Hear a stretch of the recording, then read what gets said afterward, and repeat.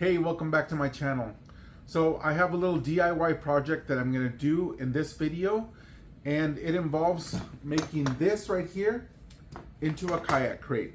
So I do have a nice Yak Attack kayak crate, but it's filled with all my bass fishing gear and they're a little bit spendy, so I figured I'd go out and get something, this Ridgid Tool Box at my local Home Depot, and I'm just going to make it into a kayak crate so that I can use it for my other fishing adventures, whether it's walleye fishing or trout fishing, which I'm going to be doing real soon out of my kayak.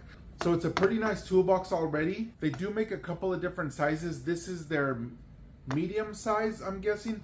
I do have their large size over here, and that's the one that I originally was going to make into a kayak crate, but I ended up using it for storage, and I went out and got myself a Yak Attack crate. But being as I'm trying to save some money, I don't really want to go out and get another one of those, so I figured let's just do this. So I do have some rod holders that I just picked up from Amazon. I'll link them down below if you're interested in those, and I'll link this down below as well. I got to figure out everything. I'm just going with the flow, so I'll just be talking through everything that I'm doing and the decisions that I'm making, and hopefully this is helpful in the end, and it'll get you out there saving some money and making yourself an awesome kayak crate. Let's go do it. So this is what the crate looks like. It just has two latches and they are watertight, so it's going to be nice when this is sealed. You're not going to get any water inside. It does come with this little toolkit, which I might or might not use, I'm not sure yet. And it did come with these wall hangers. I don't know if I'm going to use those either, but let's look on the inside now that I have you here. And there's that watertight seal right there, that orange. So it should be pretty good. Now what I'm thinking of doing, it has these holes right here, so I might drill into those, and then I'll probably add either the rack that comes with the rod holders. I might add that, make some holes in the back. I'm not sure exactly yet. It looks like it might work if I just do it that way and then just drill some set screws into there so that it'll actually keep, and I don't have to do much else. So I'm gonna go ahead and start drilling right here and see if that works. Hopefully it's as simple as that and we can just get this thing going. So I got my little Milwaukee drill. This is a 7/16, and that is about the same size as the hole, maybe a little bit smaller, but we're gonna go ahead and use that first. So all I'm gonna do is just drill in and have that come out on the other side.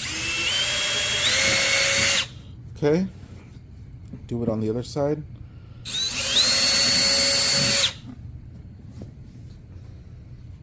All right, so I'm actually gonna get a bigger size, one size bigger, and then I'm gonna drill from the inside out into the actual rod holder. So I'm gonna go ahead and drill in first.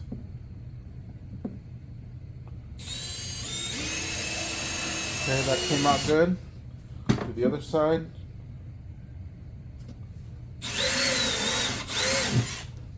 And now I am just going to position this where I think it'll look good. Make sure it's the right way up. Looks like there's a lip right here. And then we're going to just make sure that we're right in the center. And it's where I want it to be, because if I get this wrong, no going back.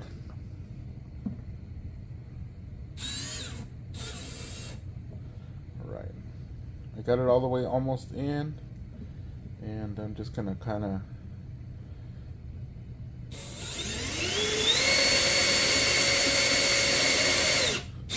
I made a mark. I don't think I'm gonna try to drill too much into it. I'm just gonna leave it, and I'll do the rest over here.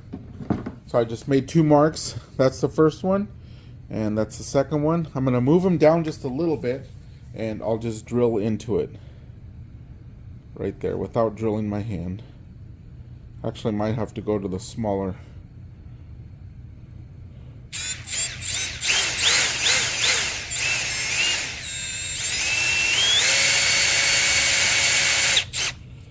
Yeah, I'm gonna go with the smaller one.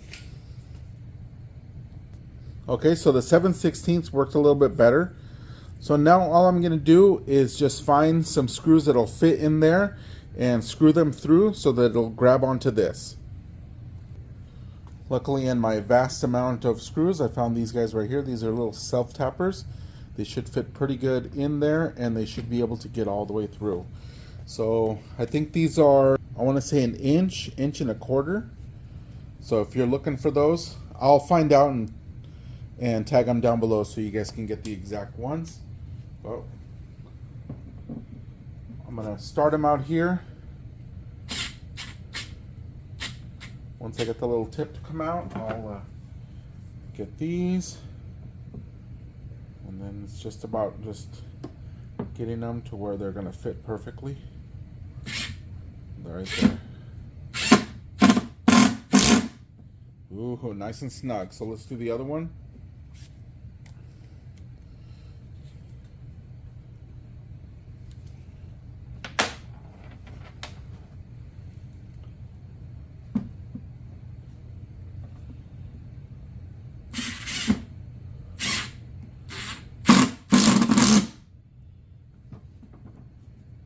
That's pretty snug right there. It did pop out right here. I might end up getting a little grinder or something and just grinding that down, but that's actually really snug on there. And we can take this off so it didn't warp anything. So I should be able to take this on and off. Now I just have to figure out how I'm going to get the rod holders on here. I might end up just doing like a little nut and bolt kind of thing. I'm going to figure out if I have any little nuts and little short bolts that'll go in here. So let me go find those. All right, well, I found this guy right here. This is a 182 piece that I bought at Walmart, and I got it on there.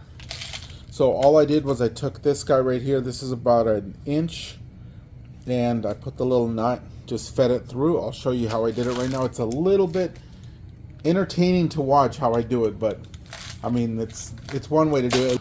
It looks pretty sturdy. Once I get it all tight, it shouldn't move at all. But this base actually turned out really good. I'm really liking how it turned out, actually. It's pretty simple. So let's go ahead and put that next rod holder on and see how it looks with all three of them. All right, so I have to grab it from here like that. And then find where the little hole's at. And there. Now it's fed through. And now I just have to feed the nut through the other side and hold on for dear life. And hopefully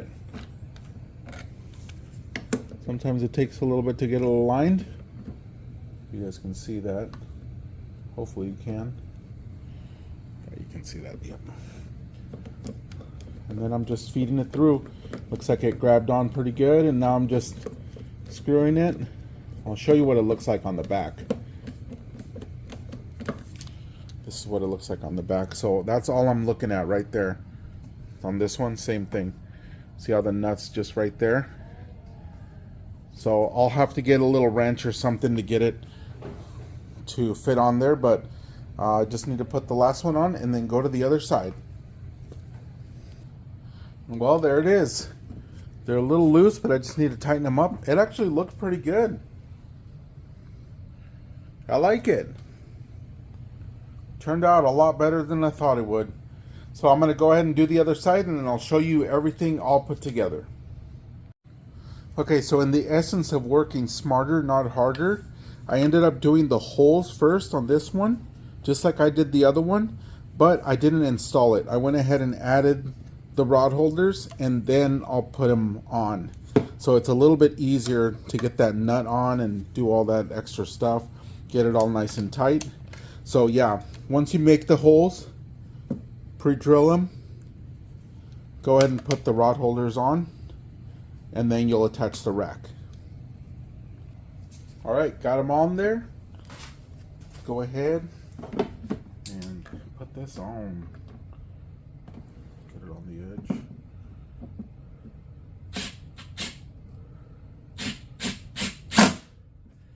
Feeds on there really good too. Oops, not that one. Gotta get them aligned. It helps if you align them. That looks pretty good. I like it. The only thing I will mention is that these things right here do hit So even if you have them down, they'll tap on this a little bit. Not too bad. Just depends where you're at. I think this one taps, this side taps a little more than this side. But I think you can take those off. I think I'm going to. There's little tabs right here on the side. You push down and you can get these off. It just depends how much of a nuisance they are. I might actually do that. But that's the only other thing that I can think of. This is probably a lot easier than I thought it was going to be.